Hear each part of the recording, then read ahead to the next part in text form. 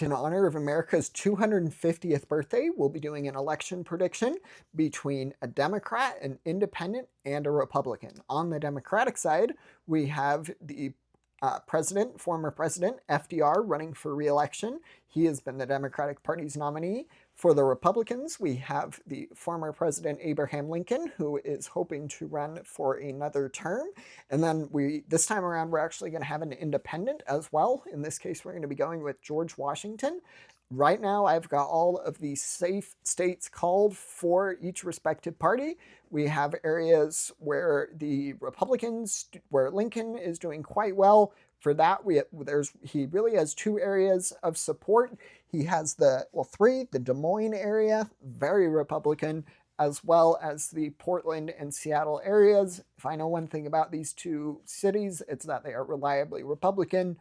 Even though the rural districts may try to counteract part of the vote, I think in the end, both Oregon and Washington will end up in the Republican Party's column.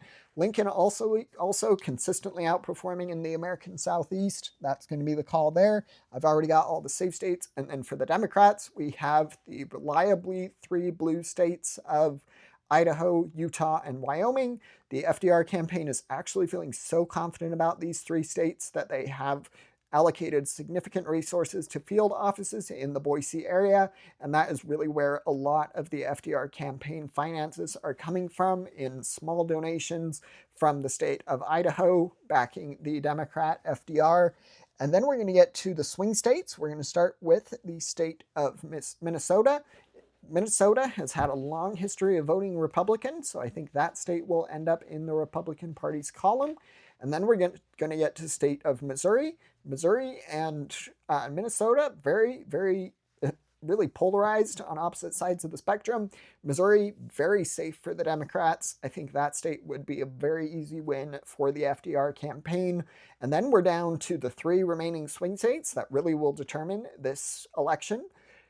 Lincoln has been canvassing in the Ohio area. Sherrod Brown personally canvassed for Abraham Lincoln and has been able to rally some support. However, really, the vote has been split between the Republican and the Democrat. Because of that, the independent George Washington has really risen to the top, especially in the state of Ohio. That is going to get the President George Washington to 270 electoral college votes. And then Indiana and West Virginia, both states that Washington put a significant amount of resources into winning. Ultimately, he was successful in that. George Washington is going to win the 2028 presidential election with a respectable 285 electoral college votes. We are going to finish with the District of Columbia. It is going to go into Washington's column as well. So scratch that, 288 electoral college votes. The winner is the independent George Washington. Hope you guys enjoyed this fun little exercise. Don't forget to like and subscribe. Thanks. Bye.